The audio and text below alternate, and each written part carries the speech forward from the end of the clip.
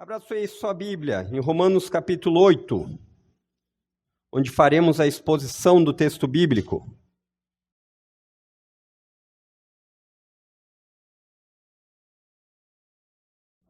Queridos, nós vamos fazer a leitura aí um pouquinho diferente, aí está demonstrando do 5 ao 8, que vai ser o tema da exposição.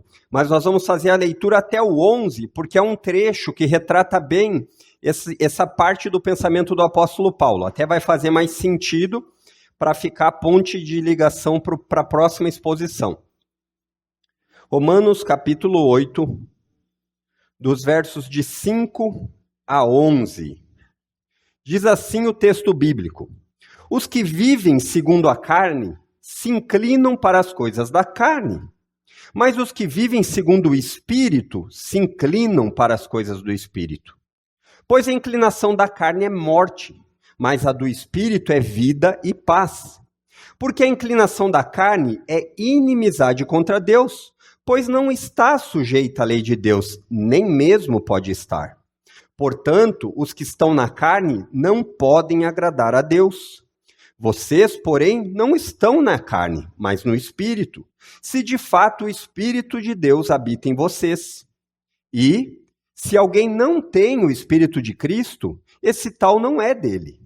Se, porém, Cristo está em vocês, o corpo, na verdade, está morto por causa do pecado, mas o Espírito é vida por causa da justiça. Se em vocês habita o Espírito daquele que ressuscitou Jesus dentre os mortos, esse mesmo que ressuscitou Cristo dentre os mortos, vivificará também o corpo mortal de vocês, por meio do seu Espírito que habita em vocês. Feche seus olhos, aí vamos ter mais uma palavra de oração. Pai Santo, agora nós temos o texto bíblico, a tua palavra aberta diante de nós, e pedimos do teu favor que o teu Santo Espírito nos ajude não só a compreender, mas também tornar essas palavras de uma prática para nós. Que essas palavras possam de fato entrar no nosso coração, achar moradia e transformar a maneira de nós vivermos. Amém.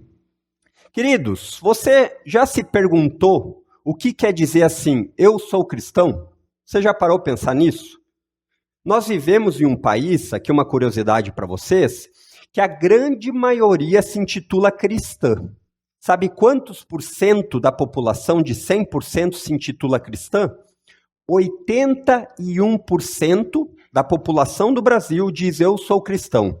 Sendo que desse percentual, 50% se intitulam católicos e 31% estão entre os evangélicos. E você sabia também que o termo cristão, ele foi utilizado pela primeira vez lá em Atos capítulo 11, verso 26. Ele foi utilizado para falar a respeito dos seguidores de Jesus, os discípulos de Jesus. No entanto, algo que chama a atenção é que, apesar de ter um enorme percentual na população do Brasil se dizendo como cristãos, a maneira como essas pessoas têm vivido, ela surpreende negativamente. Ou seja, embora exista um percentual grande que diz que são cristãos, a maneira como as pessoas vivem surpreende negativamente. De que forma? Os pensamentos, as atitudes dessas pessoas, elas apontam para um caminho oposto do que a Escritura fala, do que os discípulos de Jesus deveriam dizer. O movimento evangélico, trazendo aqui para a parte evangélica, parece ser mais relacionado com um sentimentalismo místico e desprovido de informações concretas a respeito do que a Bíblia ensina. Os pensamentos dessas pessoas, para a grande maioria, o entendimento dessas pessoas é que, para crescer na vida cristã, para você ter um desenvolvimento na vida cristã, parece estar mais relacionado com sentir. Seja lá o que isso quiser dizer, do que de conhecer. Então parece que esse movimento evangélico ele é marcado muito mais por um mero sentimentalismo do que pelo conhecimento bíblico. A vida de santidade que a Bíblia descreve, que é o fim desejado pela obra redentora de Cristo, é cada vez mais deixado de lado. E a contradição disso é que aqueles que falam da Bíblia como sua regra, como seu padrão de vida, pouco têm demonstrado a partir do que a Bíblia ensina, do que a Bíblia ordena, do que a Bíblia corrige nas suas vidas pessoais. O apóstolo Paulo ele vai nos ajudar nesse trecho da carta com informações importantes a respeito do progresso da vida cristã. Que ele não é marcado por um sentimentalismo barato, por essa ideia equivocada, mas sim é marcado por uma transformação interior no poder do Espírito de Deus. E é evidenciado pela maneira que nós vivemos no dia a dia. E esse é o meu objetivo, que eu e você possamos fazer uma autoanálise real do progresso na vida cristã. E aqui nós vamos tirar 3 informações a respeito disso, do apóstolo Paulo. A primeira informação, como nós podemos fazer uma autoanálise real do progresso na vida cristã, em primeiro lugar, é marcado pelo interesse. Olha o verso 5 aí, diz assim: os que vivem segundo a carne se inclinam para as coisas da carne, mas os que vivem segundo o Espírito se inclinam para as coisas do Espírito. O apóstolo Paulo agora, ele está dando continuidade à maneira de viver daqueles que estão unidos a Cristo, que ele ensinou no verso 4. Ele vai partir daquela informação do verso 1 de que, por meio de Cristo, da união com a fé em Cristo, não existe mais condenação para aqueles que acreditam, para os crentes. E agora ele vai começar a desenvolver a conduta desses que estão unidos a Cristo. Então você vai ver que Paulo, isso é muito comum na carta aos Romanos, Paulo faz contrastes. Ele fala entre aqueles que estão em Cristo e os que não estão, os crentes e os descrentes. Para quê? Para que possa ficar bem evidente que não tem nenhum tipo de dúvida a respeito de como os crentes devem viver nesse tempo presente. Então o versículo 5, ele vai confirmar e explicar o contraste do verso 4. Olha o verso 4, ele diz assim: a fim de que a exigência da lei se cumprisse em nós, que não vivemos segundo a carne, mas segundo o Espírito. E agora o apóstolo Paulo vai explicar o que quer dizer isso. Ele vai traçar uma base para dizer, essa base é o que dá inclinação para os interesses da vida. A base estabelecida é ou do Espírito ou da carne. E essa base estabelecida, ela vai gerar inclinações, desejos nas pessoas. Então você já deve ter percebido, se você é atento, que a palavrinha carne é a forma preferida do apóstolo Paulo para se referir a uma humanidade que tem como seu representante Adão. Uma humanidade que está debaixo do domínio do pecado. Lembram? O apóstolo Paulo fala que nós temos 2 representantes humanos, ou Adão ou Cristo. Aqueles que se inclinam para a carne têm como seu representante Adão, e por consequência estão debaixo do domínio do pecado, escravizados. Viver segundo a carne, o que o apóstolo Paulo fala, diz respeito a isso, estar debaixo do domínio do pecado, da sua influência e da sua condenação. É isso que quer dizer viver segundo a carne. Viver segundo a carne é estar debaixo do domínio do pecado, ou seja, escravizado, da sua influência. É o pecado quem direciona a maneira de viver e também da condenação que o pecado traz. Por isso que o apóstolo Paulo fala nesse verso 5, que pessoas que estão debaixo dessa influência e autoridade se inclinam para as coisas da carne. E aí a pergunta que poderíamos fazer ao texto é: e o que é inclinação da carne? Uma tradução possível poderia ser a mente da carne, que é a ideia de que seus pensamentos, seus desejos, seus gostos, seus prazeres, suas emoções estão escravizadas pelo pecado. Essa natureza que é herdada desde que você nasce, ela está sujeita, ela está atraída pelas coisas que agradam essa natureza. Percebeu? Temos aqui um equivalente, o apóstolo Paulo escreveu para Paulo, não precisa abrir, mas se você for rápido e quiser abrir, fica com o dedo em Romanos e pula para Gálatas capítulo 5, verso 19. Fique com o dedo aí em Romanos, porque nós vamos voltar rapidinho aí. Lá nós temos um equivalente que nos dá um pouco mais de informação a respeito do que são essas obras da carne.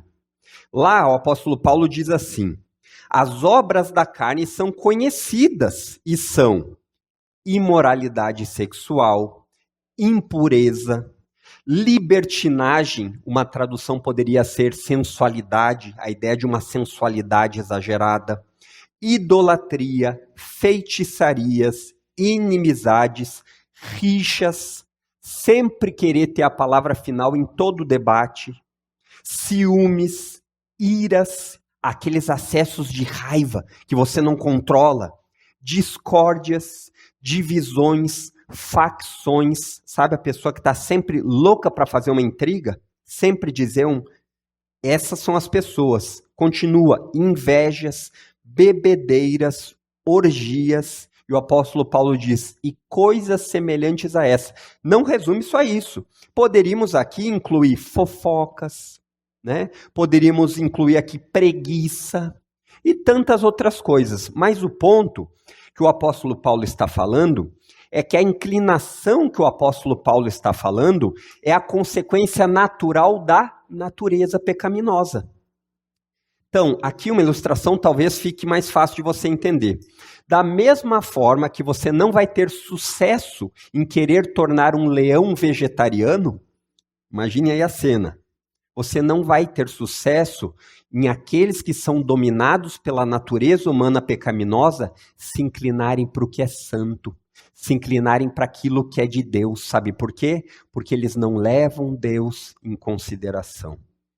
E aí você percebe que o apóstolo Paulo continua o verso dizendo, nós vemos aí essa vírgula e vem a palavrinha mas. O mas normalmente é para fazer uma contraposição. E agora o apóstolo Paulo fala, mas aqueles que vivem segundo o Espírito têm uma atitude oposta. Quem são os que vivem segundo o Espírito? Segundo o ensino do apóstolo Paulo, são aqueles que depositaram sua confiança em Cristo. Aqueles que reconheceram que não podem se salvar por si próprios. Nisso consiste a conversão. A Bíblia fala sobre isso. Uma mudança total de direção. Eu ia para lá me achando completamente autossuficiente, mas eu entendi que eu não sou. A conversão faz eu ir para o outro lado, a dependência de Deus.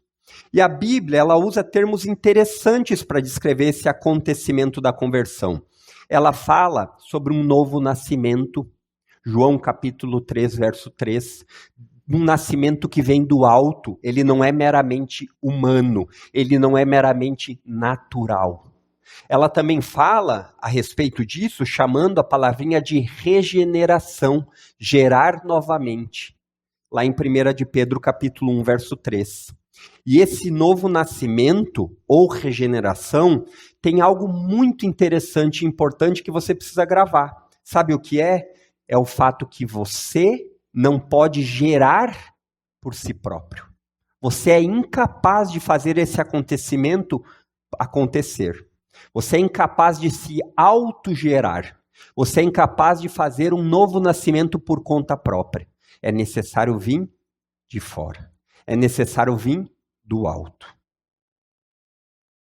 O novo nascimento é a mesma equivalência de quando Deus na criação disse lá em Gênesis 1, haja luz, e houve luz. Assim é o que acontece quando Deus dá nova vida. Ele diz, haja luz. E a pessoa, ela cai, ela tem a sua cegueira esclarecida. Aquela incapacidade de enxergar a Deus e a sua pecaminosidade são trazidas à luz. Essa mesma ideia. E como que isso acontece? É algo místico, meramente? É lógico que isso mexe com os nossos sentimentos e o nosso interior, mas não é místico, não acontece de qualquer forma, não acontece para você de uma forma, para o outro de outra. Não, porque isso acontece sempre por meio da pregação do Evangelho. Uma informação objetiva a respeito do que você é e do que Cristo veio fazer por você. Aí nesse momento que você escuta que Cristo veio salvar pecadores, dos quais você é um dos piores, e você diz, eu reconheço isso, você recebe um novo coração. E esse coração que era duro para as coisas de Deus, ele recebe a habitação do Espírito de Deus e agora aquilo que você odiava, você passa a amar. Existe uma transformação. E nessa transformação começa um processo gradativo, progressivo de santificação. E o que consiste a santificação? Uma vida vivida para Deus. Isso seria um resumo fácil de você entender. Uma vida vivida para Deus. Não é relacionado com a ideia muito católica romana de uma vida sem pecados. O santo é alguém imaculado. Não, mas uma vida que deseja viver para Deus e que por causa da habitação do Espírito de Deus que está nele agora, tem a capacidade de viver para Deus ser glorificado. Em cada aspecto simples, em cada aspecto singular, seja no trabalho, seja o trabalho mais simples que for, como limpando uma casa, ou seja no trabalho talvez mais alto ao ponto de vista humano, como presidente de uma nação.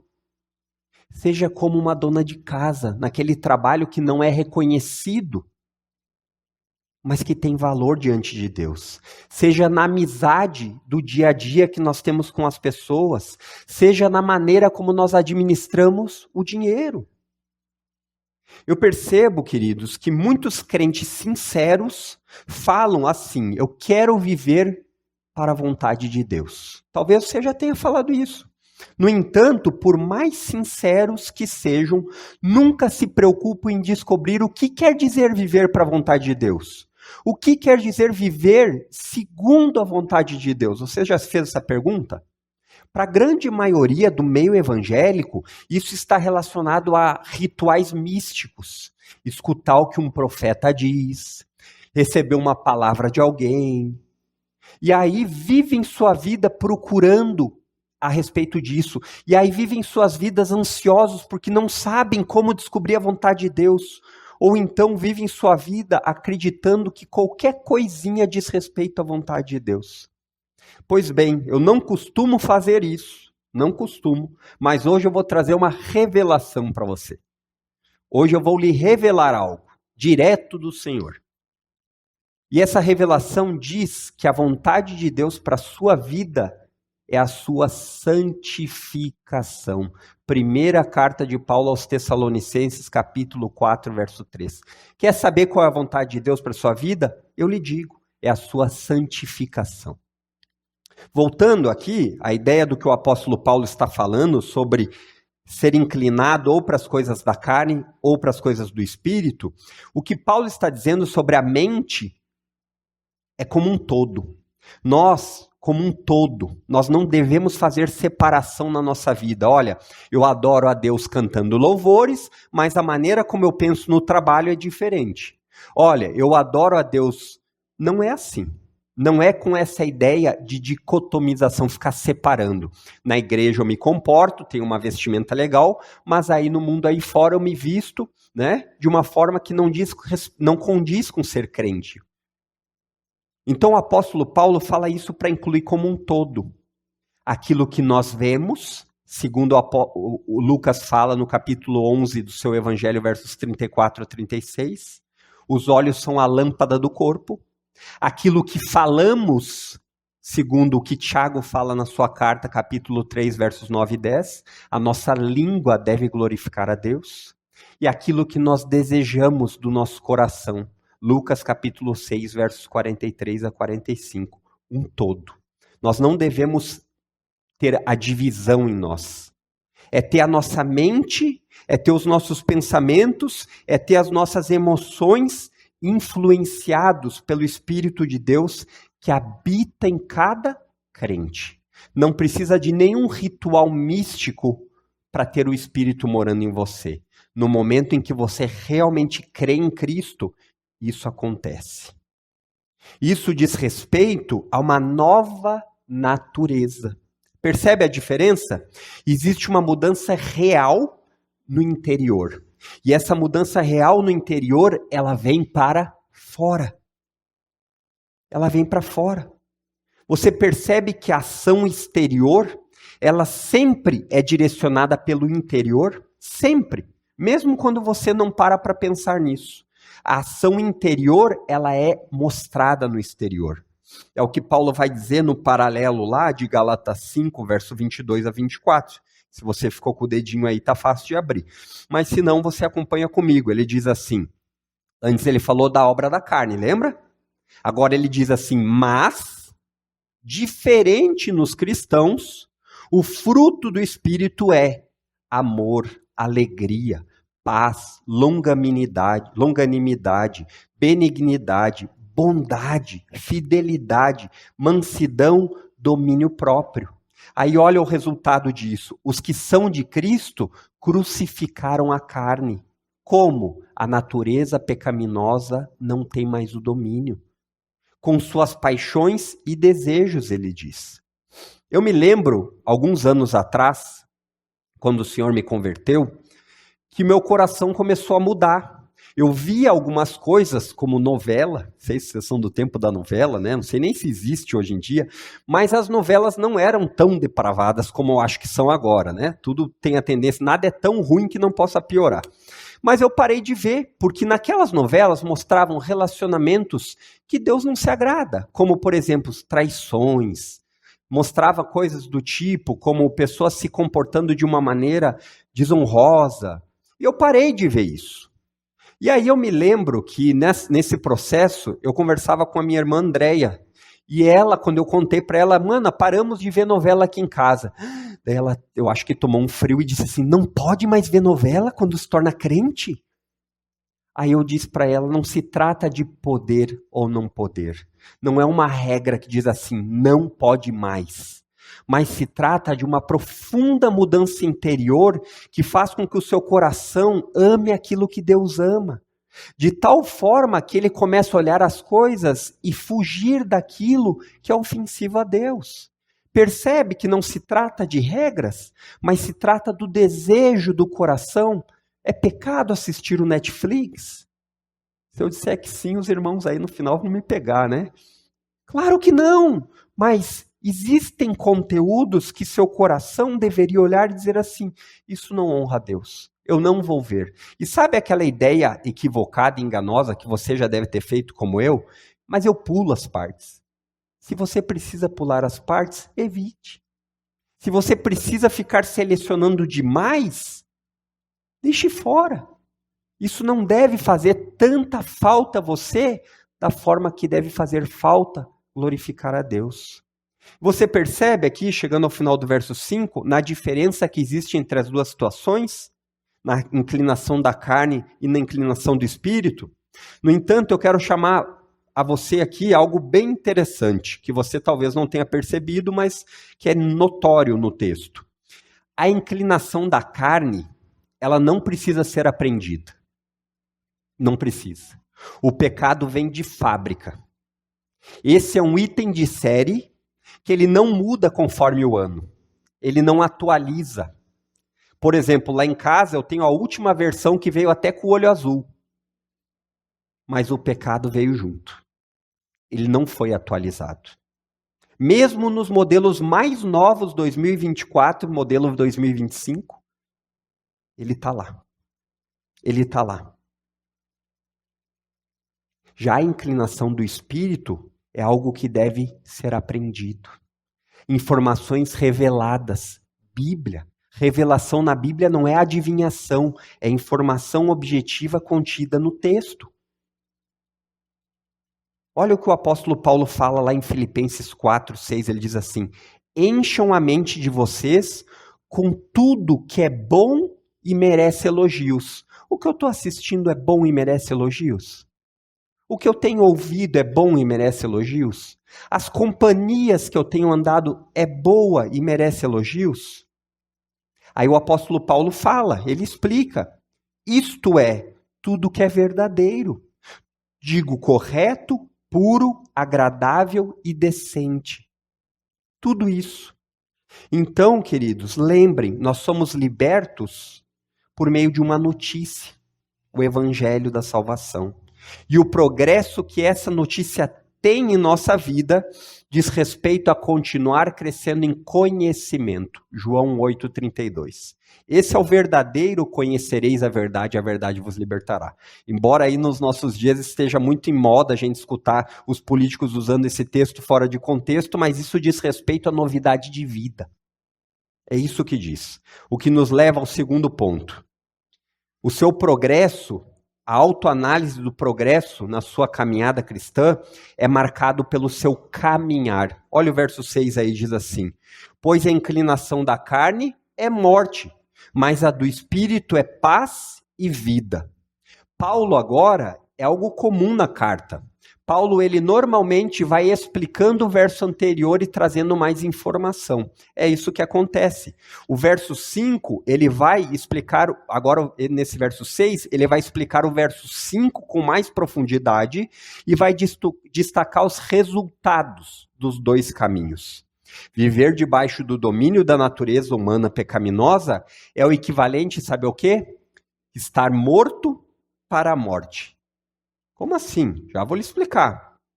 Aqueles que estão mortos serão inclinados para a carne, e o resultado disso é a morte eterna. Então, a ideia aqui pode parecer que a gente pensa assim, o texto está dizendo, olha, se você andar assim, você vai para a morte. Mas não é isso que o texto quer dizer. O texto quer dizer assim, aqueles que estão mortos para Deus, andam assim, caminhando para a morte. Não é algo que eles adquiriram, é algo que eles nasceram. Entendeu a diferença? Então não é algo que você se tornou, é algo que você tem desde o nascimento. Vou tentar melhorar isso aqui para você entender melhor. Se eu perguntasse a vocês, o que você precisa para ser condenado eternamente? Qual a resposta que você daria? Olha, achei que ia ser mais difícil. Exatamente o que o irmão disse, nada. Porque você já está condenado. João capítulo 3, verso 18. Nada do que nós fizermos vai fazer diferença. O que o texto do apóstolo Paulo está falando é que a evidência dessa morte espiritual, essa morte, essa natureza humana pecaminosa, é demonstrada pela inclinação da carne. É demonstrada pela maneira como as pessoas vivem. Na prática, você vai ver isso em todas aquelas pessoas que são considerados, no que a Bíblia diz, ímpios. Ou outra palavrinha para isso, descrentes. E o maior sinal, o ponto alto dessa impiedade é a irreverência para Deus. Você percebe isso. Pessoas acham as coisas de Deus chatas. As pessoas muitas vezes até vêm eventualmente na igreja, mas só para se sentir um pouco mais religiosas. Elas criam um hábito religioso, mas não dão a mínima para o que Deus fala na sua palavra e aquilo que Deus ordena. No resto da semana é como se Deus não existisse. E queridos, isso acontece muito no meio cristão. Os pais trazem os filhos, e deve ser assim. Nós devemos trazer nossos filhos. Mas muitas vezes os filhos que ainda não foram regenerados, não creram em Cristo, eles ficam comendo mosca no culto. Eles roem as unhas, eles coçam a cabeça, eles andam daqui para lá. Qualquer coisa é sinal para levantar. Isso é irreverência. E essa irreverência, muitas vezes, sabe o que ela faz? Ela fica lá no coração contando os dias. Quando eu vou ser liberto dessas algemas que meu pai e minha mãe me obrigam? Quando vai chegar o momento da minha independência? Isso acontece. Existe um grande número de jovens que, quando chegam na idade de faculdade, eles abandonam os caminhos do Senhor. Sabe por quê? Porque eles nunca andaram neles. não passava de uma religiosidade barata. Eles nunca entenderam o que era crer, a necessidade de crer. E nós percebemos isso pela irreverência. Isso não acontece só com os jovens, mas os jovens é notório. O descaso, a falta de seriedade. Na escolha com as amizades, sempre a escolha primeira é com amizades do mundo. Só deixa eu dizer para vocês, jovens, isso é morte. Isso é morte. Não caia nessa fria. Não caia nesse engano. Pode parecer ótimo, mas é morte. E nesse presente momento, esse estado de morte diante de Deus, não é só para os jovens. É para as crianças, é para todos aqueles que nascem fisicamente. Todos os seres humanos nascem fisicamente, segundo a Bíblia, estão mortos para Deus espiritualmente. Por isso, você precisa lembrar, o seu anjinho não é crente, ele precisa do Evangelho. Os seus amigos precisam do Evangelho, os seus familiares precisam do Evangelho. Todos os seres humanos precisam do Evangelho da salvação. E essa morte, que começa como uma morte espiritual, ela se estende à morte física, porque a maldição do pecado é essa, a morte física, da qual ninguém escapa. No entanto, isso não para na morte física. Tem uma consequência eterna. A gente está tão preocupado com esses 70, 80, 90, eu espero mais que o Silvio Santos, uns 100 anos. A gente está tão preocupado com esse tempo que a eternidade não entra no nosso radar. E deixa eu dizer para vocês, para o progresso na caminhada cristã, para o seu progresso, é muito importante que você entenda essa informação. De onde termina o caminho da inclinação da carne. De onde termina o caminho da inclinação da carne e entender que isso envolve todo o nosso ser. A tradução da NVT nesse verso, no verso 3, ela vai fazer assim: aqueles que permitem que a natureza humana pecaminosa controle a mente, resulta em morte. Sabe o que ela quer dizer? Porque você já está num estado de inimizade com Deus, e se você não crer, a sua mente humana pecaminosa vai lhe manter nesse estado de inimizade com Deus até o fim. Percebeu? Essa inclinação da carne, esse engano, ele parece atraente muitas vezes, porque ele promete uma felicidade momentânea, prazer na hora, mas ele traz uma tristeza permanente. Ele promete uma glória presente, muitas vezes com muito likes, mas ele entrega um sofrimento eterno. Por exemplo, se você precisa copiar um mundo que está em inimizade com Deus, morto, em uma flagrante inimizade, para se vestir, para se relacionar com alguém, perceba que talvez isso seja um alerta de que você está sendo enganado e que o final da inclinação da carne é morte. Perceba isso. Eu gosto de uma citação de Agostinho, que ele faz no seu livro 4 das Confissões. Ele diz assim: por que andar sem rumo em caminhos enganosos? Não há paz onde você está procurando. Você busca uma vida feliz na região da morte. Não está ali. Como poderia ser uma vida feliz se longe de Deus nem vida existe? Não é verdade? É exatamente isso. Aí o apóstolo Paulo faz o contraste de novo, olha aí. Pois a inclinação da carne é morte, mas a do Espírito é vida e paz. Enquanto aqueles que estão inclinados pela natureza humana pecaminosa estão mortos, caminhando para a morte, aqueles que estão em Cristo estão vivos, caminhando para a vida.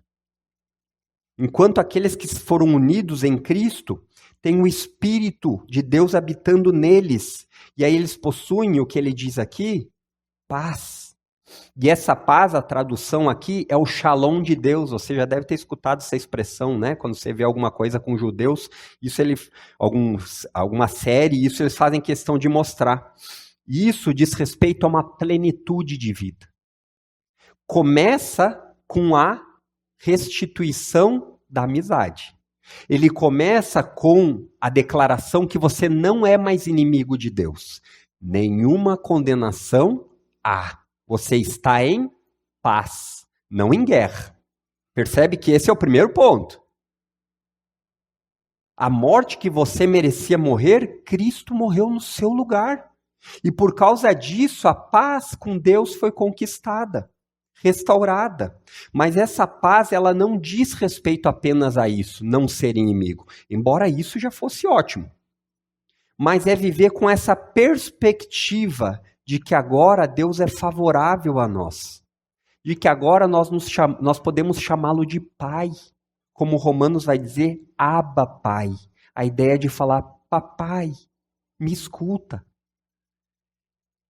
E essa perspectiva, saber que o seu papai, que controla todas as coisas, que é o dono do universo, que ele controla tudo, absolutamente tudo. Nenhuma formiga é insignificante, nenhum elefante é grande demais. Tudo. Ele olha para você e ele é favorável. Isso é paz. Por causa de Cristo, você tem vida. Mas, novamente, isso não é o ponto mais alto. E isso é importante. Hoje eu li uma meditação e ele falava lá que muitas vezes nós somos evangélicos funcionais. Que é isso? Você desfruta dos benefícios, mas você não transforma a maneira que você vive a partir daquilo que você sabe. Ficou difícil? É a ideia que o relacionamento com Cristo, que começa agora, é o ponto mais alto. João 17,3. A vida eterna é essa, que conheçam a ti, Deus, e ao teu Filho, Jesus, a quem enviaste. Sabe, quando você encontra uma pessoa e você se interessa por ela, normalmente isso acontece em relacionamentos de romance, né? Então você quer buscar um relacionamento com essa pessoa e esse relacionamento, ele não diz respeito a apenas saber quem é, mas você quer ter mais intimidade, passar mais tempo. Você se sacrifica se for preciso. No meu caso, foi deixar de comer um bolo de chocolate na casa da minha sogra. Um bolão de chocolate eu recusei de vergonha para não causar uma má impressão. É um sacrifício. Outras pessoas, quando querem ter um relacionamento e existe alguns empecilhos, ela não almoça, ela dorme tarde. Tudo para quê? Para que ela possa ter um tempo para se relacionar mais com a pessoa que ela quer. É exatamente assim com Cristo. Conhecer a Cristo no presente, por meio da fé nele, e passar a eternidade o conhecendo cada vez mais, desfrutando de uma união que não é meramente intelectual, mas ela abraça nossos sentimentos, ela abraça as nossas vontades. Por isso que a habitação do Espírito, o crente, ele tem um objetivo mais glorioso do que o descrente. Qual é? Ter a Cristo, se relacionar com Ele, agradá-lo. Então ele não se deixa mais enganar por aquilo que o pecado promete, mas não cumpre. Aquilo que tem cheiro de morte. Um novo coração, ele tem sua vontade modificada. E não se trata de uma lista de regras. Então agora nós vamos fazer uma lista de regras. Mulheres não usam mais roupas compridas, calça, não cortam mais o cabelo. Não se trata disso. Longe disso.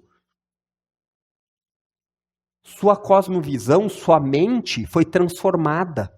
Agora a sua vida, ele enxerga como um palco para a glória de Deus. Por quê? Porque ele tem o alvo claro. Qual é o alvo claro? Eu quero conhecer mais a Deus e eu quero torná-lo conhecido por meio da minha vida. E isso vai valer para todas as áreas da vida. Irmãos, entender essa consequência dos caminhos, dos resultados, morte e vida, é fundamental para o crescimento e amadurecimento da vida cristã. Porque quanto mais real for essa informação sobre a morte e a vida, mais ela vai influenciar a sua vida e, por meio da sua vida, a vida dos outros. Pessoas que não levam Deus em consideração, elas são pessoas mortas caminhando para morte. Enquanto as que creem em Cristo são pessoas vivas, tendo paz com Deus para a verdadeira vida. Talvez uma ilustração aqui ajude. Sabe quando passamos agora pela Olimpíada, né? E a maioria dos casos dos atletas olímpicos, você vê que não começou naquele momento da competição. Ele passou um longo tempo se preparando. Aí você vê que teve empecilhos, você vê que ele teve desilusões, lutas, sofrimentos. Mas ele sempre teve os seus olhos no alvo. A medalha olímpica. A competição olímpica. Por isso ele não esmureceu, ele não desanimou. Assim também deve ser como nós crentes vivemos. Precisamos ter clareza naquilo que está prometido. A diferença do atleta olímpico é que depende dele. Nós crentes já temos a conquista disso porque Cristo conquistou por nós. Essa herança não pode mais ser arrancada. E deixa eu lhe perguntar algo importante para isso. Você pensa a respeito da vida eterna? Você pensa a respeito da vida por vir? Você pensa? Com que frequência você pensa na eternidade? Essa vida ela é tão confortável a ponto de cegar você para pensar na eternidade? Se hoje fosse o seu dia de se encontrar com o Criador, se hoje você morresse, você tem certeza aonde você iria? Você tem certeza? Isso é importante. Existem coisas que são importantes e coisas que são urgentes. Essa é uma das urgentes. Você precisa pensar com frequência a respeito disso com seriedade, porque isso vai amadurecer sua vida nesse tempo presente. O que nos leva ao terceiro ponto do progresso na vida cristã. Em terceiro lugar, ele é marcado pelo reconhecimento do pecado. Versos 7 e 8. Porque a inclinação da carne é inimizade contra Deus, pois não está sujeita à lei de Deus, nem mesmo pode estar. Portanto, os que estão na carne não podem agradar a Deus. Lembra da escala aqui? Agora o apóstolo Paulo vai explicar o verso 6. Ele vai trazer mais profundidade, dando ênfase, e ele vai agora separar por um tempo aqueles que são inclinados pelo Espírito e vai dar uma ênfase apenas naqueles da natureza humana pecaminosa. Então ele vai agora falar que pessoas que não creem no Evangelho, você vai perceber que ele vai falar a respeito dessas pessoas nos versos 7 e 8. E você vai perceber aqui, se você ainda nunca, ou se você nunca ouviu falar dessa expressão, a doutrina da depravação total. Ela está aqui. Isso quer dizer que o homem é inimigo de Deus e incapaz de agradar a Deus. No presente momento, todos os seres humanos têm uma grave, preocupante e terrível situação. Essa é a verdade bíblica. Essa é a verdade bíblica. Essa deveria ser a essência da antropologia bíblica. Sabe o que é isso? É o estudo sobre o homem. Inclusive, essa tem que ser a perspectiva para um aconselhamento entre pessoas. Primeiramente, aqui, nós temos 3 fatos que esse texto vai nos mostrar, que esse verso vai nos mostrar como isso acontece. Primeiramente, ele diz ali, porque são inimigos de Deus. Você vai achar isso no texto. Porque a inclinação da carne é inimizade contra Deus. Em segundo lugar, porque são desobedientes àquilo que Deus ordena. Aí você vê ali, pois não está sujeito à lei de Deus, nem mesmo pode estar. E depois você vai ver em terceiro lugar, o resultado disso é que não podem agradar a Deus.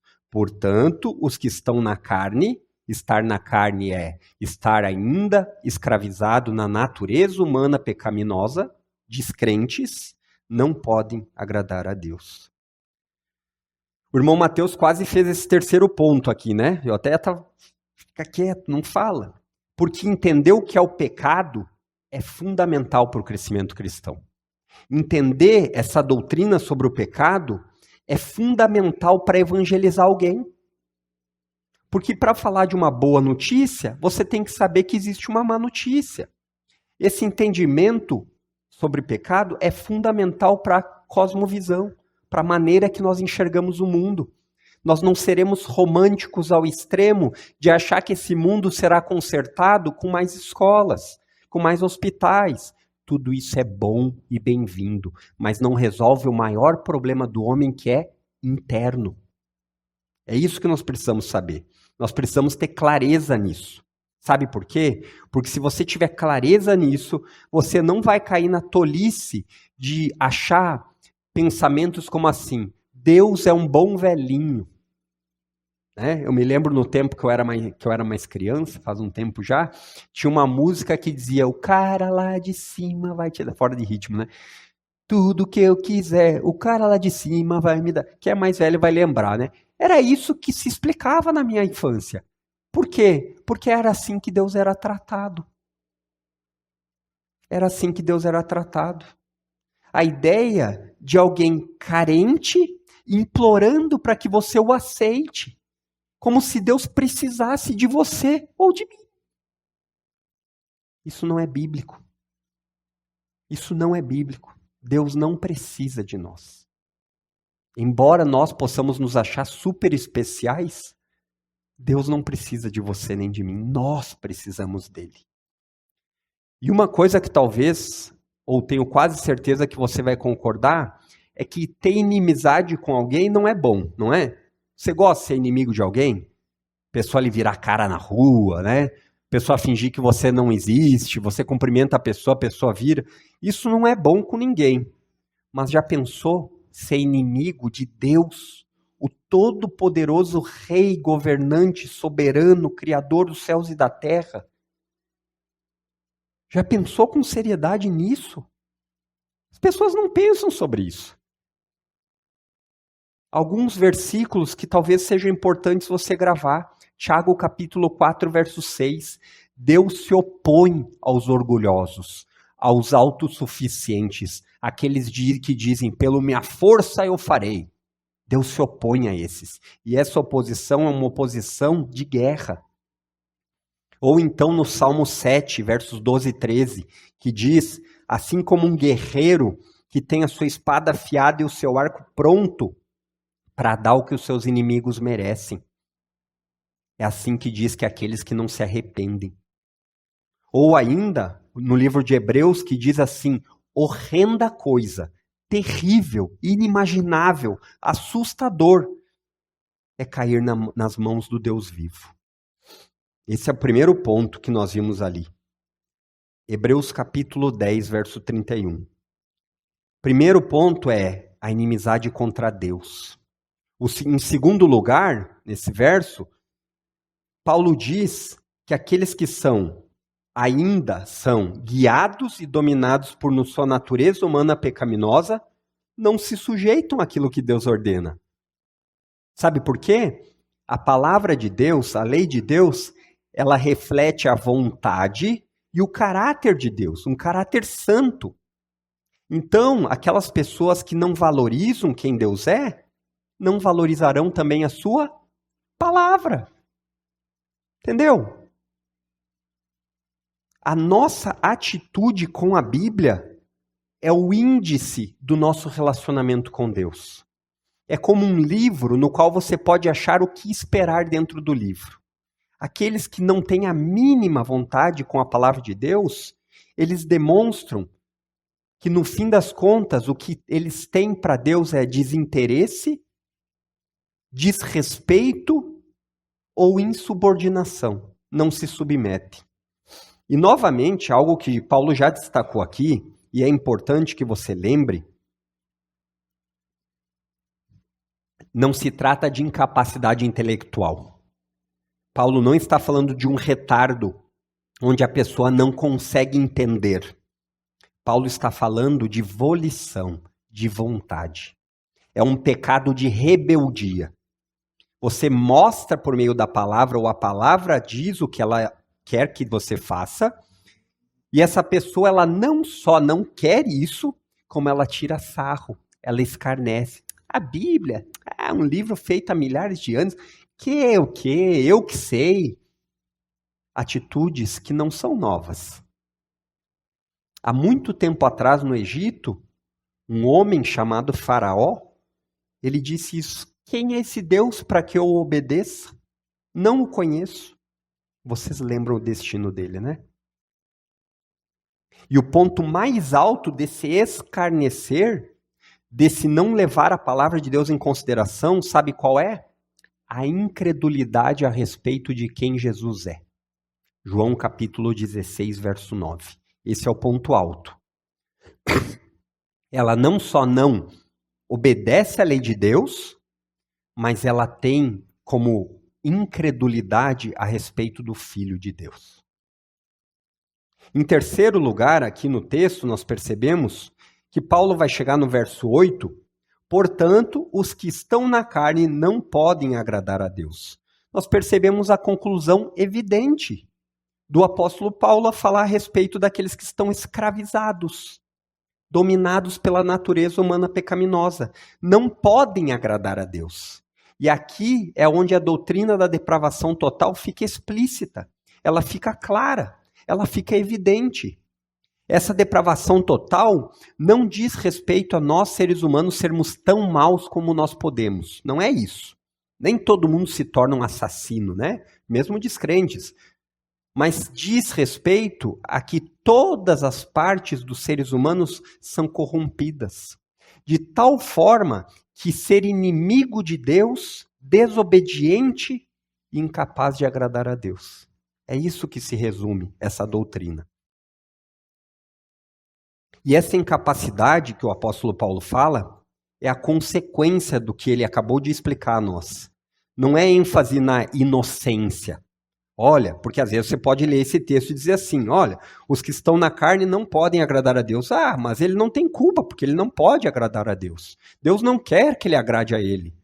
Não é uma ênfase na inocência, porque ela não é física. Não é a ideia de você mandar um aleijado atravessar a rua e ele não consegue. Não é isso. É a ideia de pessoas que não querem, não têm nenhum desejo de agradar a Deus. Porque são inimigos e porque são desobedientes. Um texto que nos ajuda a entender bem isso é o texto de Tiago, capítulo 4, verso 4. Ele diz assim, gente infiel, vocês não sabem que a amizade do mundo é inimizade contra Deus? Aquele, pois, que quiser ser amigo do mundo, se torna inimigo de Deus. E a ênfase no texto lá de Tiago 4, desse gente infiel, seria possível a tradução adúlteros. Sabe por quê? Porque está falando num relacionamento que nem de casamento que nós deveríamos ter com Deus. De tal forma que você deveria ser fiel apenas a uma pessoa. Paulo fala aqui de pessoas que não tiveram seu coração transformado.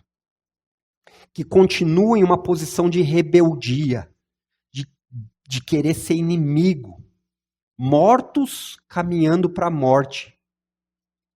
E a minha esperança é que aqui, essa manhã, essa não seja a sua posição, de um morto caminhando para a morte. Mas se ela for, existe esperança para você. Abandone esse caminho que você tem caminhado e creia em Cristo. Caminhe da vida para a vida.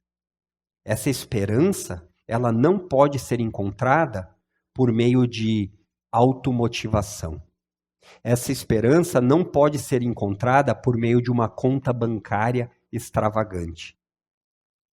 Essa esperança não pode ser encontrada por meio de likes, como um influencer famoso. Essa esperança não pode ser encontrada em nenhum outro, a não ser em Cristo. Creia nele com todo o seu ser.